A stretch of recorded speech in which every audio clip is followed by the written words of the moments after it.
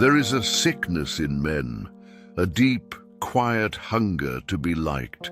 They walk with their heads bowed, speaking words shaped not by truth, but by fear.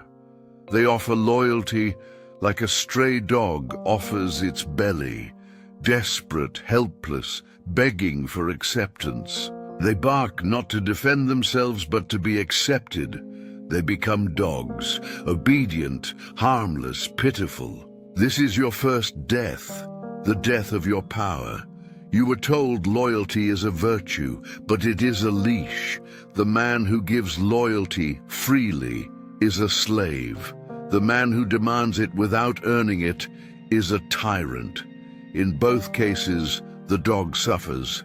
The dog, though praised for loyalty, is a creature bred for submission. Its instincts are dulled. Its teeth are not for hunting, but only to defend its master. What the world calls loyalty is really a quiet surrender of sovereignty. The dog lives not for itself, but for the hand that feeds it. It is fed when permitted, praised when useful, punished when disobedient. This creature, seemingly noble in its dedication, is the very image of dependence. It is addicted to approval and paralyzed by rejection. In politics, in business, and in personal life, the man who behaves like this dog, seeking validation, wagging at praise, shrinking from disfavor, is doomed to live at the feet of others. He will never lead. Leadership demands independence of thought, a tolerance for solitude, and a ruthless ability to act without applause. The dog, conditioned to fear disapproval, cannot think beyond the desires of its master. It does not move by its own will. It waits for commands. This is the first and most subtle death, the death of personal command. Such a man will not survive in a world ruled by wolves and lions. The court, the marketplace, the street, all are filled with predators cloaked in silk, smiling like serpents. These predators do not bark, do not beg, do not announce their presence. They observe, they calculate. They wait for the right moment. The dog, desperate to be seen, to be accepted, reveals its entire soul with a wag of the tail. Its intentions, fears, and desires are open books, read easily by the cunning. What is exposed is quickly exploited. The tragedy of the dog lies not in its loyalty, but in its illusion. It believes that kindness will spare it. It believes obedience will protect it. It believes harmlessness will earn love forever. But love fades. Circumstances change. Masters grow bored. When danger arrives, no one shelters the dog. It is sacrificed first or left to fend for itself. Teeth dulled by years of domestication, the dog cannot hunt, cannot fight, and cannot survive without affection. It becomes a burden, and burdens are discarded. In times of conflict, the dog cannot defend the gate. It grows to warn, but has neither the courage nor the cunning to strike. It relies on others to do what it cannot. And so, it is never feared. To be unfearful is to be powerless. Power does not live in how much one is loved, but in how dangerous one is perceived. A man with the heart of a dog commands not respect, but sympathy. And sympathy does not build empires. It does not win battles or keep the knife from your throat. The worship of the dog's traits, loyalty, obedience, gentleness, is a tool used by those in power to keep control. They preach these virtues not because they honor them, but because they weaken those who follow blindly. The powerful do not live like dogs. They teach others to live like dogs. They smile as the dog defends their estate, fights their wars, serves their ambition, all while believing it fulfills a noble destiny. But nobility without autonomy is just another word for servitude. To understand the dog's imprisonment, look at how quickly society turns on it. The dog that bites once, even in defense, is called dangerous. The dog that stops obeying is abandoned. The dog that questions its master is put down. The lesson is clear. Obedience is expected, not rewarded. When it ceases, the illusion of value disappears. The servant who forgets his place is not reformed, he is removed. Thus, the very traits that once made the dog useful now ensure its destruction.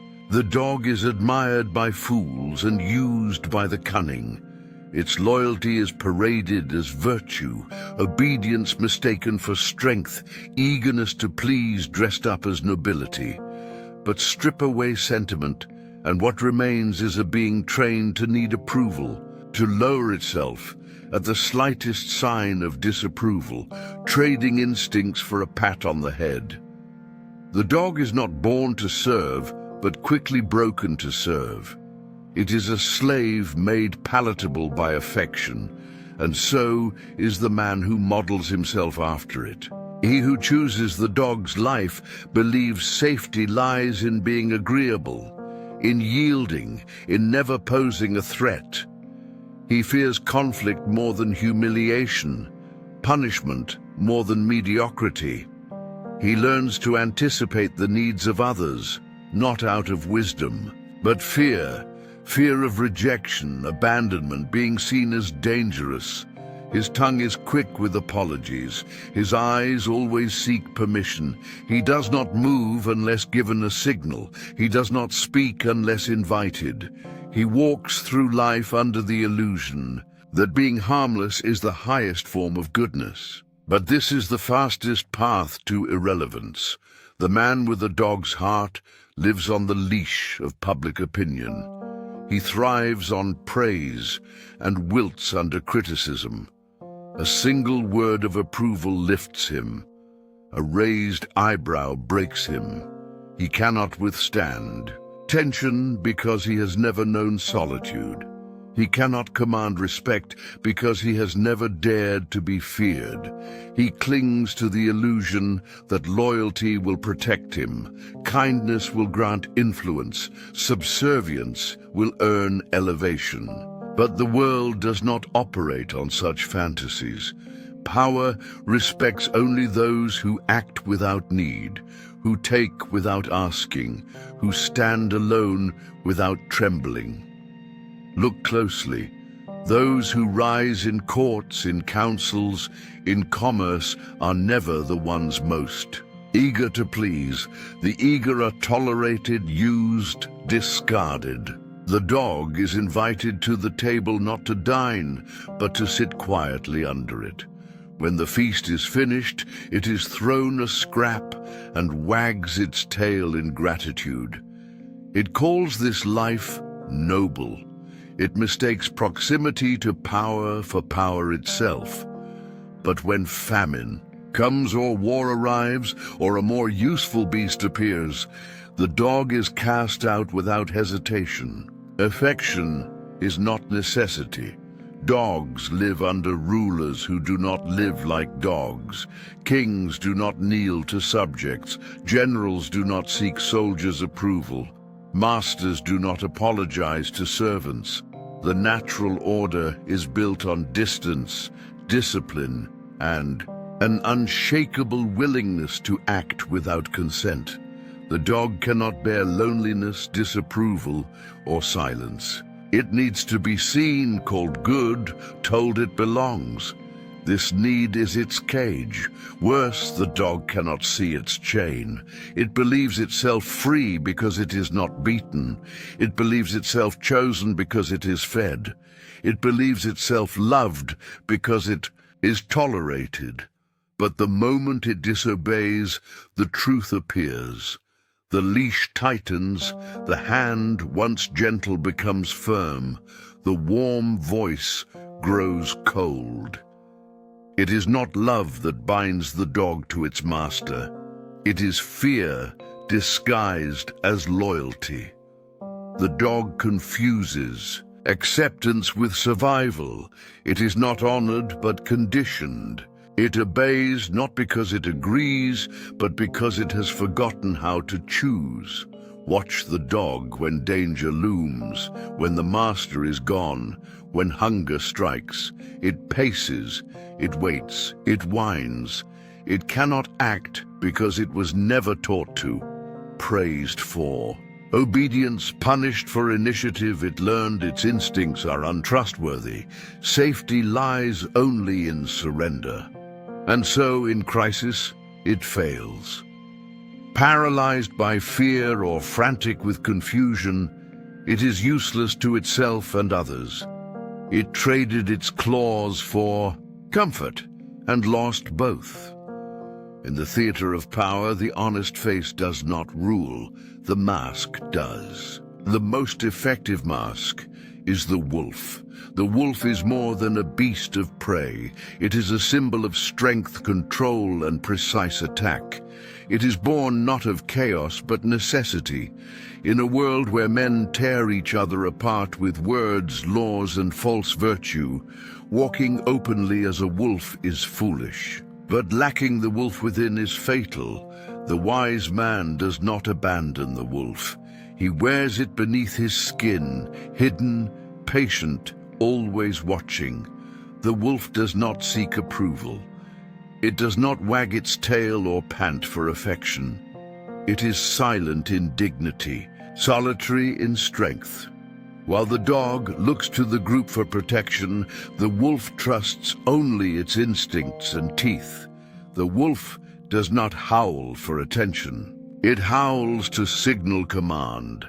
In a pack, the wolf rises through dominance, not by begging for favor. It understands hierarchy not as a prison, but as a path to power. To become the dark wolf, you must kill your weak side. Kill the dog within, the side that pleads, that fears, that waits for permission. You must learn to act alone, without applause or approval. To hold your ground when everyone expects you to back down. To strike with precision, not chaos. To walk with a cold, calm purpose that demands respect and fear. This is the rule of power according to Machiavelli. Strength hidden beneath silence, danger masked by control, power taken, not given. Kill your weak side. Become the dark wolf and rule your world without apology. The true power of a man lies not in showing his every card, but in knowing when to keep the wolf hidden beneath the surface. Wearing the mask of the wolf is not about losing your humanity, it's about protecting it. The man who openly displays all his intentions in the light of day is an easy target, quickly torn apart by those sharper and craftier than him. When you reveal your whole nature to the world, you become a map for others to read, a weakness exposed, a vulnerability waiting to be exploited. The dark wolf understands the strength of concealment. He does not roar to scare his enemies. He waits in silence, watching, analyzing every movement on the ground beneath him. The wolf only bites when he is sure the kill will be successful. This is the secret no fool understands. The wolf attacks from certainty. The fool strikes from emotion. Power isn't just about acting, it's about acting at the right moment. Timing is the wolf's greatest gift. While others rush blindly, chasing every chance like desperate prey, the wolf moves with patience and calculation. He's never hurried by fear, never tricked by false hope. He stalks quietly, selecting only the perfect opportunity. True strength hides in the stillness before the strike, not in noise or foolish rashness. Where others fall into traps, the wolf circles slowly, seeing the danger long before it arrives. This patience is why the wolf survives, while the reckless perish, not because he's faster or stronger, but because he's smarter and more patient. The wolf is not cruel. True cruelty belongs to the desperate and weak. The wolf kills out of necessity, not pleasure. He wastes no time on revenge, no energy on outrage. Efficiency is his weapon. He knows that fear cuts deeper than love, and silence can speak louder than any plea. Those who face the wolf feel its presence without it needing to bark or boast. There is no display or empty threats, just the quiet certainty that consequences will follow. To wear the wolf's mask is to understand duality. You cannot always be the beast ready to destroy, but you must be prepared to become it when needed. Real power lies in seeming harmless while remaining deadly. Sheep sleep peacefully beside dogs, but they tremble at the sight of a wolf. A man who truly understands power cloaks himself in gentleness without ever disarming his true strength. He offers kindness as a choice, never as a weakness. He speaks softly, but carries a silent blade in his calmness. A man without the wolf inside is too eager to explain himself, too afraid to offend, too desperate to be liked. The wolf does not care about how others see him. He cares only about results. He does not argue morals with the weak, nor does he justify his nature. He acts, and his actions define him. This is freedom, not because the wolf is above others, but because he is not chained by their judgments. Understanding the wolf means understanding the power of masks. The world does not reward those who show their true selves. It devours them. But the man who knows when to show his face and when to bare his teeth becomes untouchable. He does not act on impulse or need. He controls his presence like a weapon, always sheathed but ready to strike. Loyalty, often praised as the crown of the virtuous, is in truth a chain. It binds a man not to a cause but to a master, not to a principle but to dependence. It is a beautiful word used to make obedience look noble, to dignify servitude, and to protect those who fear free men rising up. The loyal man believes his faithfulness is strength, but look closer and you will see it is paralysis. He cannot act without permission. He cannot change sides even when betrayed. He clings to loyalty as if it were armor, unaware that it is his weakness. Those who prize loyalty above reason are the first to be sacrificed and the last to be avenged. The master, the ruler, and the opportunist all understand the usefulness of loyalty. Loyal men are predictable, controllable, and unthreatening. They don't ask questions or rebel. They endure punishment and keep serving. Their value is not in thinking but in obeying, and when their use ends, so does their protection. Burdens are discarded, not rewarded. A man who thinks loyalty buys immortality is blind.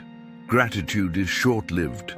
History is full of men who believed they would be remembered for their faithfulness, but all that remains are forgotten bones. Loyalty only holds power when wielded with intelligence. To be loyal without leverage is to give your life without terms. The wise man offers loyalty like a loan, not a gift. It's conditional, strategic, and reversible. He may speak the language of faith, but behind his smile lies calculation.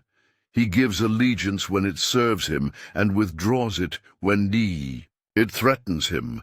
He does not confuse loyalty with morality. Survival demands abandoning old alliances, changing faces, and shifting directions. This is not weakness, it's the highest form of adaptation.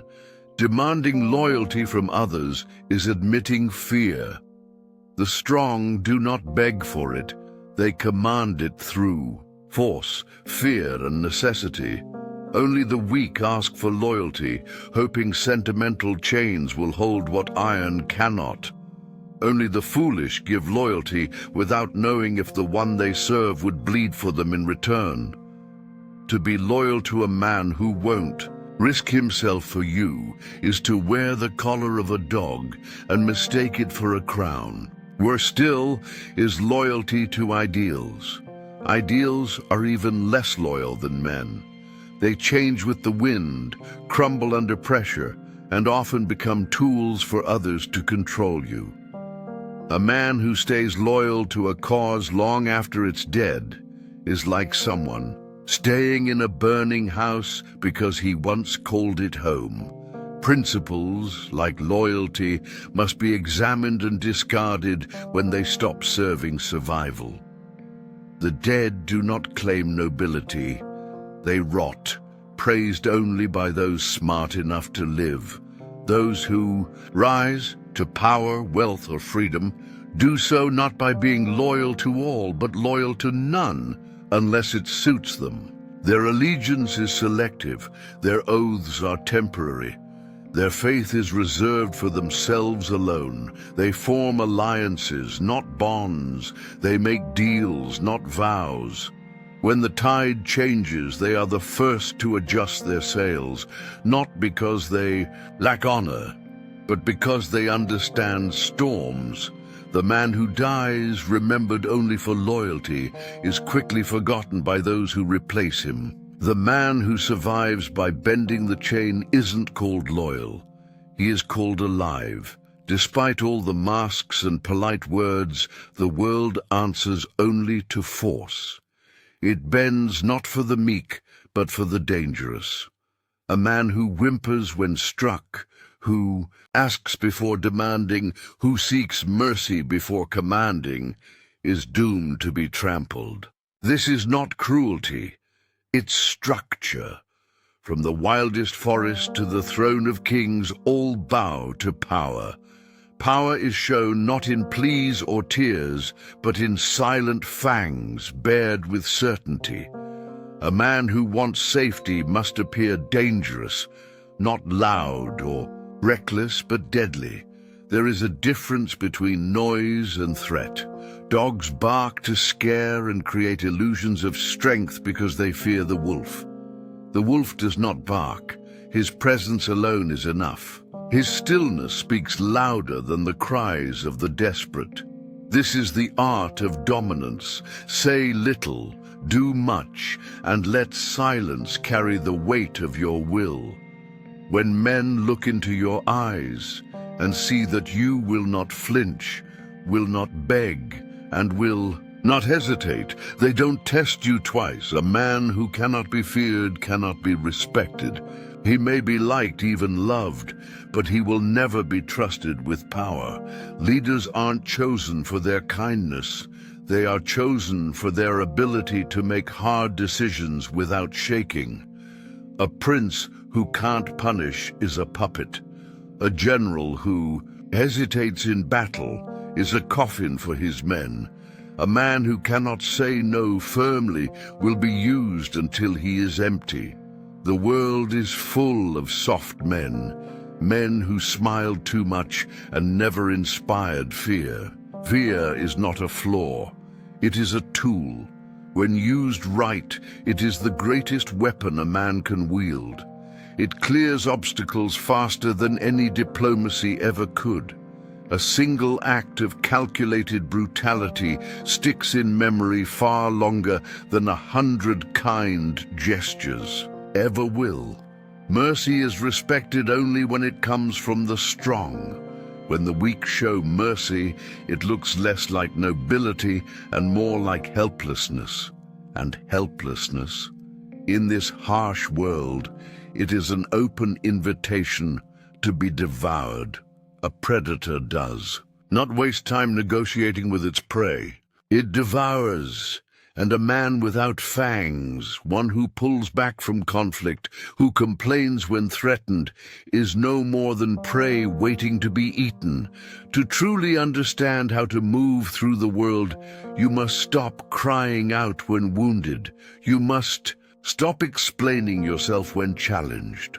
You must stop asking for fairness, because fairness is nothing but a lie told by those in power to keep control over those without it. The world doesn't care what you deserve. It cares only about what you can take and hold. If you want to avoid being dominated, you have to show you can dominate. Not by shouting, not by boasting, but by never giving up. You must train your face to stay calm, your voice to hold steady without panic, even when betrayal stings deep. Your hands must remain steady when the ground shakes beneath you. Fangs are not just weapons, they are symbols. They separate the powerful from the powerless, not by morality, but by willingness to act without asking permission. The man with fangs doesn't wait for perfect conditions. He creates those conditions through bold, decisive action. Kindness without leverage is weakness. Diplomacy without the threat of force is just noise. Strength is the ability to destroy, but choose not to. Weakness is begging to be spared. Even in the so-called civilized world, the rule is the same. In politics, the man who can ruin reputations is the one who gets heard. In business, the one who can walk away from the deal or flip the table controls the terms. In personal life, the man who punishes betrayal without warning is never betrayed. Twice. The whisper of ruthless capability changes how others behave. They measure their words. They step carefully. They offer what they would never give to a whining weakling. There is no honor in being a martyr to principle. If your enemies celebrate your fall, it means you have failed to be steel-wrapped in velvet, soft in speech, but deadly when needed. You must learn to appear calm on the surface while hiding the chaos ready to strike beneath. When you enter a room, it is better for others to fear crossing you than to forget you were even there. The weak cries fade away, but the sharp bite of fangs is remembered. It is written into the laws of nature, into the instincts of man, and carved in the halls of history. Those who have teeth write the rules. Those who don't obey them. No man rises to power because everyone loves him. The desire to be liked is the first chain wrapped around the ambitious man's neck. It dulls his instincts. It softens his actions. It forces him to calculate not what is necessary, but what is acceptable. By doing this, he hands his power to the crowd whose approval he chases. A man who wants to rise must learn that the true currency of power is not popularity, but clarity. And clarity means making decisions that many will hate, and only a few will respect. Hatred is not failure. It is a sign. It shows you are no longer furniture in other people's lives. Your actions carry weight. Your presence disrupts their comfort. It's not the hated man who is in danger. It's the one everyone forgets to fear. Power can't exist without enemies. because power creates distance. Those above must separate themselves from those below. This separation breeds resentment. Resentment breeds hatred. This isn't a flaw in power's design, it is its cost. Only those ready to pay that cost will ever hold anything real, anything more than just illusion. The weak man wants everyone to like him because he thinks it will protect him. He believes if people like him, they won't strike. He thinks keeping everyone happy will keep him safe. But safety built on approval is fragile. It only lasts while others are satisfied. The moment a man must choose between what's right for him and what's comfortable for others, he stands alone. And if he is not ready for that solitude, he will collapse.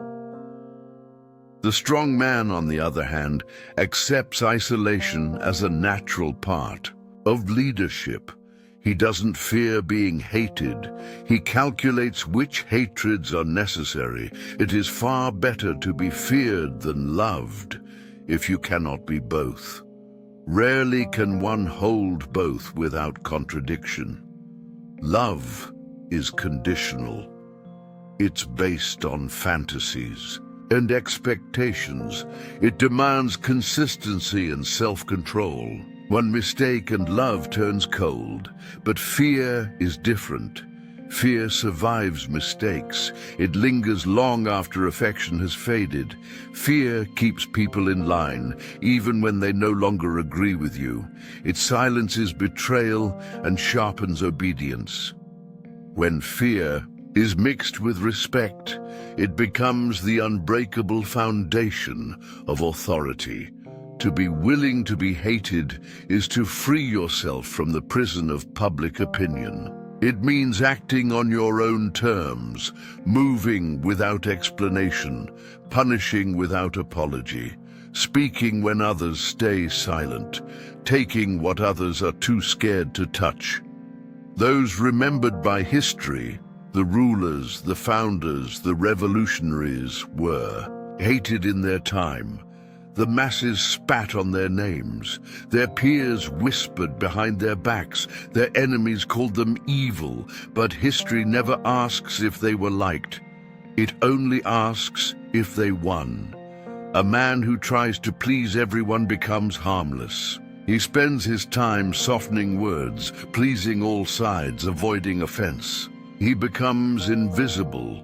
He fades into compromise.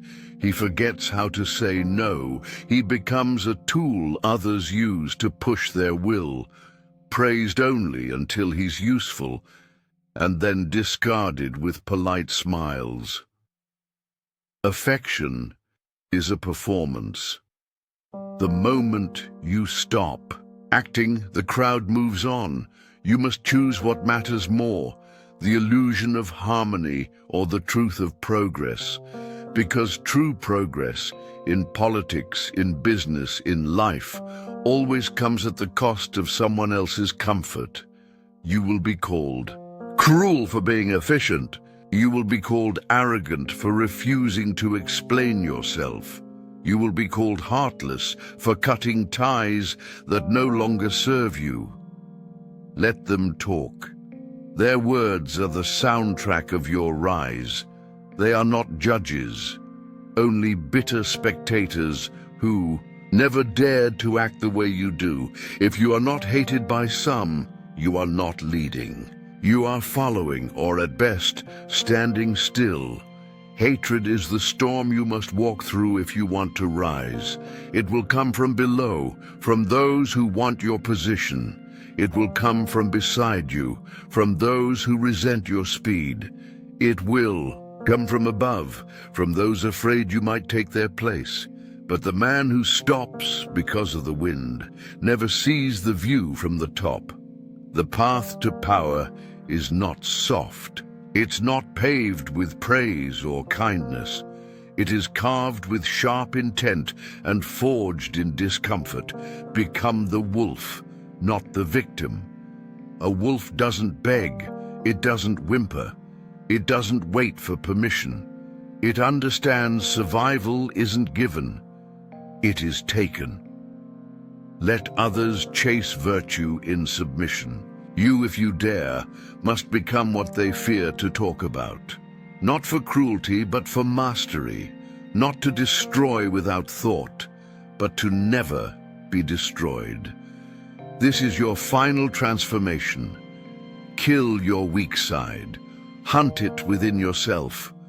Let the dog, obedient, fragile, eager, die so the wolf can rise. This is the law of power, the rule of survival, the way of the dark wolf.